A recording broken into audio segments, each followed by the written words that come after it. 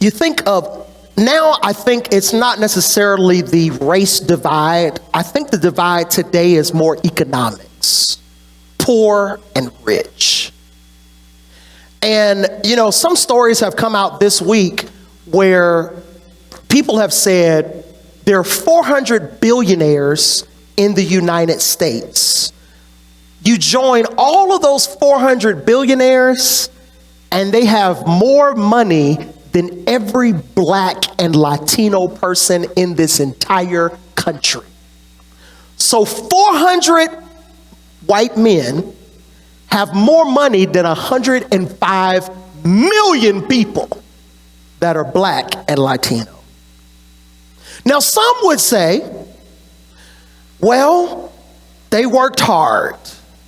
There ain't that much working hard in the world for 400 people to have more money than 110 million folks.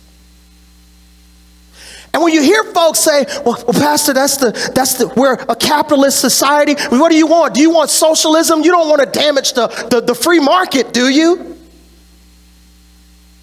And I think to myself, man, are you siding with the oppressor? Sambo. What I say in my mind, I don't tell him that, Pray for him. That's right. Think about this, and I'll give this one example. Jeff Bezos is worth $300 billion. 1 billion is 1,000 million. He got 300 billion. The average Amazon worker makes $17 an hour.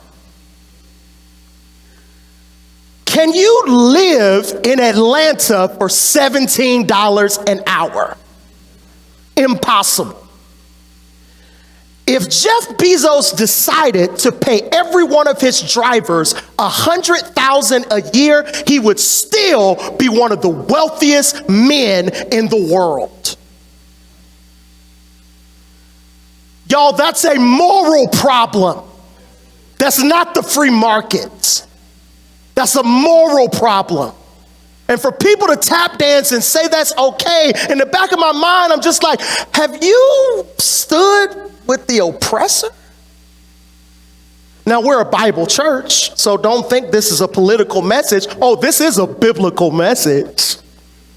Let me prove it. James 2:6-7. James 2:6-7. But you have dishonored the poor man, for it is the rich who oppress and personally drag you in and out of courts.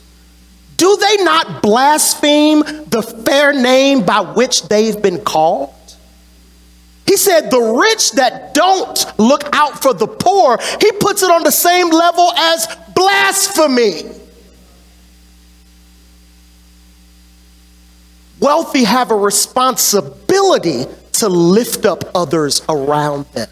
It's biblical. Okay, Pastor, that's just one passage. You got some more? Of course I do. First Timothy 6:18.